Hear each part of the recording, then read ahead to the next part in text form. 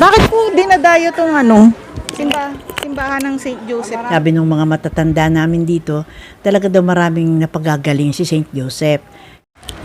Dito kami sa Sinipian. Ito yung pinupuntahan dito kapag Holy Week during Semana Santa.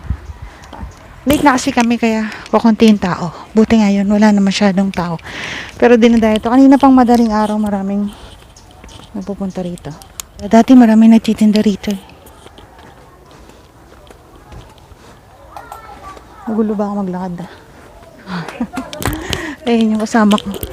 Narinig na alis ako. Sumama ang buong barangay. Ganda ng place nila, no?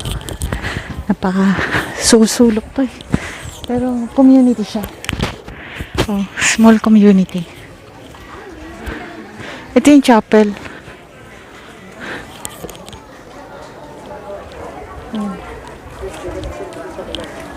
Every Holy Week, Semana Santa, tumuday dito yung mga tao. Kasi marami dito nagagamot. Bakit nandito ka? Negosyo din eh. O shout out ka naman. Shout out, nagbablog ka? Shout out ka? Hindi, magsalita ka din eh. May babatiin ka? Wala. Hi. Nag-ano lang, nagtatanong ako. Ah. Ito ay aqua. Sa ano yan? Sa simbahan? Ay kami Mag-anak namin sila. kami bibili pang tirik mamaya. Oo, bibili ko. Taga dito kayo po? Kayo may shout out? Hi na lang, hi na lang. Oh, sige. Salamat. Ikot lang po kami. Sige po.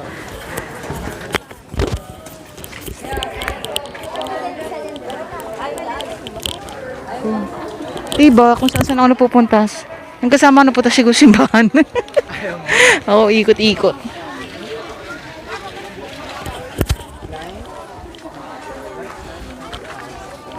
Mga tinda-tinda nila. Isa kayo kasama ko. Magtirik na nga muna ako ng kandila. Si Joseph. Souvenir po. Yes po, ano po yun? St. Joseph. St. Joseph Chapel siya, no? Apo.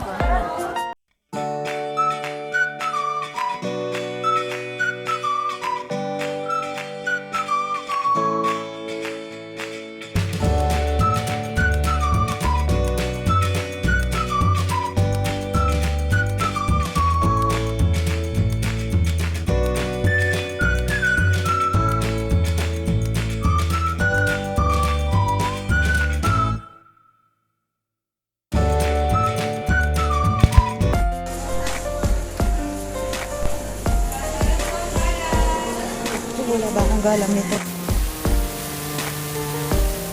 Ayun, nakakuha po ako ng magandang source na information. Si Tia Emer, tita ng kaibigan ko si Joy.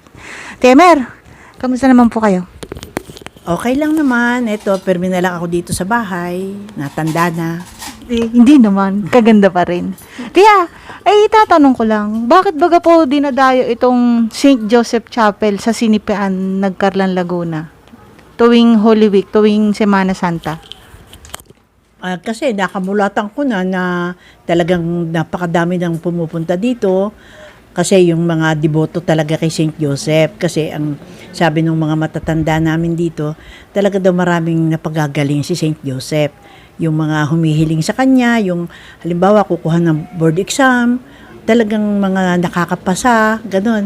Ang hinihiling nila, basta din lang at magandang kahilingan at pwedeng ibigay, binibigay talaga ni St. Joseph. Tapos, yung mga may sakit, ay mga iniaako ang kanilang karamdaman diyan para sa kanilang kagalingan. Kaya sila pabalik-balik diyan. At bata pa ako talagang ganyan na ang taong pumupunta tuwing mahal na araw. Ang dami talaga ng tao at nagpapasalamat sila. Siguro dahil sa mga nakamit nilang kahilingan na binigyan talaga ng katuparan ni St. Joseph. Ay talaga po. Talagang may mga himala raw, sabi kanina eh. May mga nabalita kayang ganon na may nahimala dyan. Yung ano, yung kakilala ko no, na nagsisimba nga diyan na taga San Pablo, sabi niya, tuwing Sunday siya ay diyan nagpupunta dahil ang kanyang mga anak, lahat yun ay inihiling niya na makapasa sa board exam. Talagang totoo, binigay daw ni St. Joseph.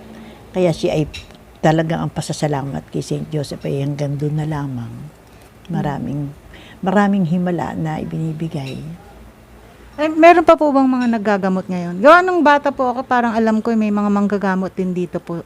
Meron pa po bang ang ganun ngayon? Ay simula nung magka-pandemic, ay nawala na muna. Pero siguro pag bumalik na uli sa dati, tayo ay maging maano na ulit, ay maluwag na, ayun, baka siguro ibabalik din yung mga nanggagamot diyan. Saan po ang pananampalataya nila? Yun, meron ba silang mga dinadasalan, mga ganun? O kay St. Joseph din po sa chapel?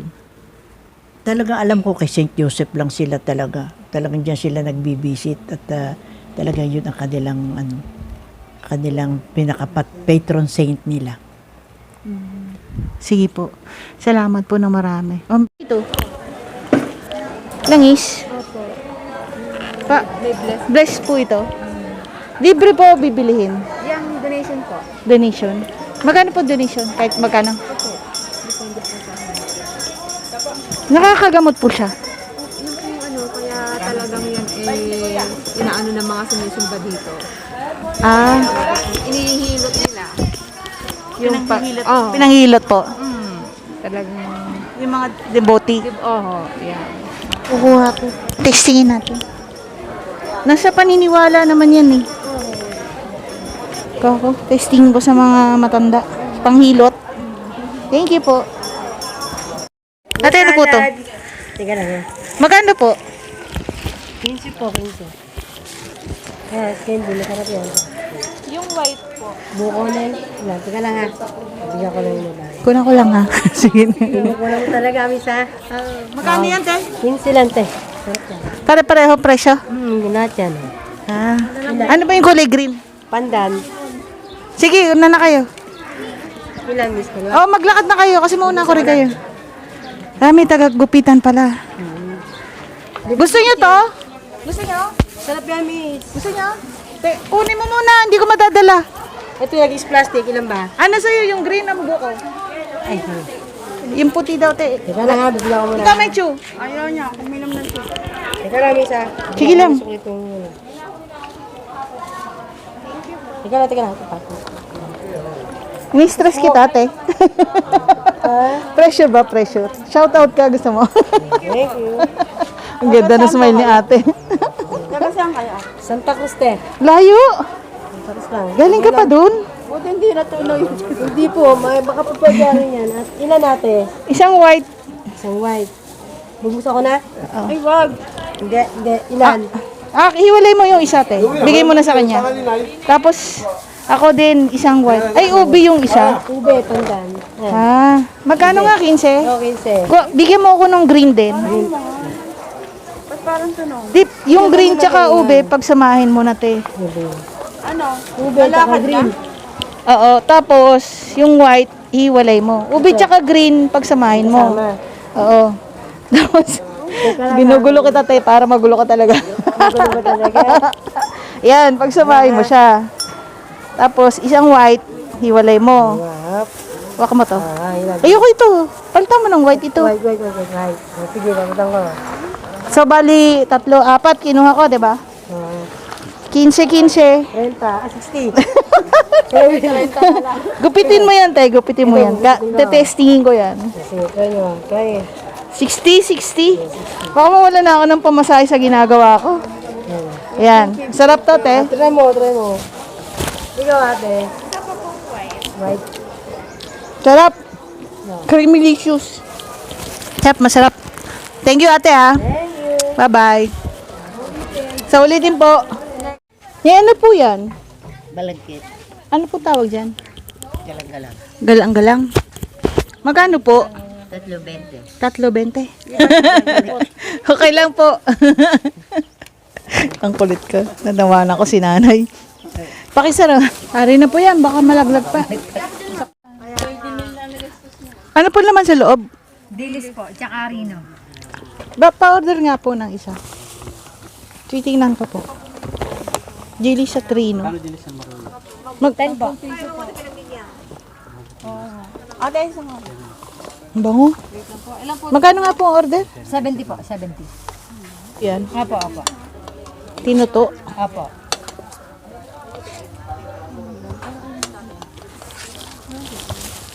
Kumusta po ay?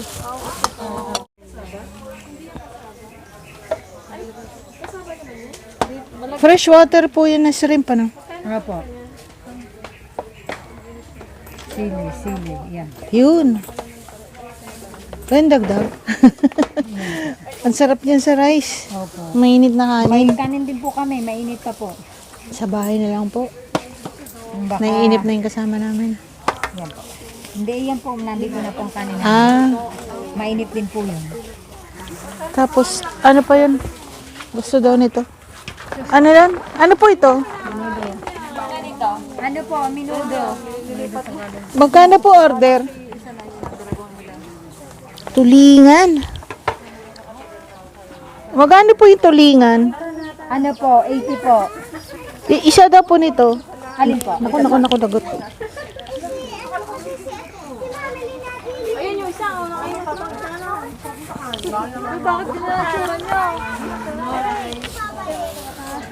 Minudo Tagalog. Opo. Ayaw mo na?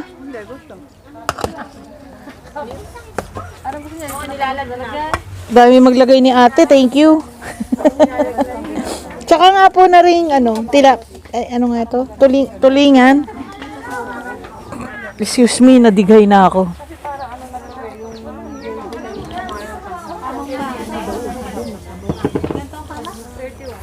Tsaka tulingan po. Opo. Yung dinuguan po, kalabaw. Opo. Tapos may ano nga po yung halo niya. Ay, Mustasa po. pwede po halo na yung mga ulo. Yun o, lagas-lagas. Masarap yan pag pirito. Uy, may ano pala yun, kamyas. Opo. Kangi nga po. Masarap yan pag pinirito po, no? Opo. Ang bango ng amoy. Anong pong tawag sa lutong yan? Ano nga tawag dito, Ate Jenny? Ginataan ba gato? Sinaing. Pala, sinaing. Sinaing na tulingan. Ayan. Ano pa po? Yung dinuguan po, may laman pa po yan. O Opo, sabaw meron na po lang. Magkano pong order? 70 po. Sige po. Pwede pong maraming extra sabaw. Sige po. Tingnan natin kung paano tayo tatakalan ni ate. May laman pa yan, tiya. Opo, mayroon pa po yun. Tapos 1 kilong sabaw. Libre. Yan, may sili rin. Labong din po yun, ano? Ano Ulo, po? no? Mustasa po. Ay, mustasa. Ang kulit ko talaga. Puro sabaw na po yun. Ah, labong pala yung doon. Ere mustasa. Tapos kalabaw po na laman yan. Opo. May gata po yan. Opo. Masarap ba yun, te? Opo. Masarap po yan. Dagdagan niyo pa ng sabaw. Sige po. Naubos. Dalawang kaldero, ito na lang Dalawang po. kaldero. Mabenta talaga, no? Ginataan. Oo. Pero laman po yun ng kalabaw o yung taba-taba. Laman. Lalapay. Ate, ano to? Sinantulan po. Masarap po yan. Opo, masarap po yan. Ano pong ingredients yan? Alamang. Alamang po, may gata ng nyog. Santol. Ayun, yun po. Yung santol. Ate Jenny, Magkano po order? 70 po. 70 pesos. Pa-testing nga po. Sige po. May 70 pesos po. Mayroon pa po. May pambayad pa tayo. Testingin natin yung sinantulan ni ate. Testingin. Pag mahal na araw po, yan po yung isa sa mabenta po dito. Mabenta po talaga. Ano? Bakit po kaya? Tsaka every Friday, siguro po dahil masarap po ang Masarap luto. paluto niyo. Opo, sanay na po dito talaga. Misa po, dinadala pa po sa abroad, na-order po talaga. Talaga. Opo. Luto ninyo to. Opo, opo. Ano yung ang tawag doon? Homemade nyo. Opo, homemade po yan. Ate, pabili. Gulaman. 5 pesos lang? Oo, 5 pesos lang. Masarap po yan. Ba, syempre. Kuna ko kayo. Sali ko kayo sa YouTube. Bakit kamukha nyo si Ate Raquel? Yun nandoon. Shout out. Shoutout naman po. Sino pangalan po? Hello po, shoutout po. Noreen Atienza po. Thank you. Gulaman po. Sinipian. Sa sinipian ito, nagkatalang Laguna. Thank you po.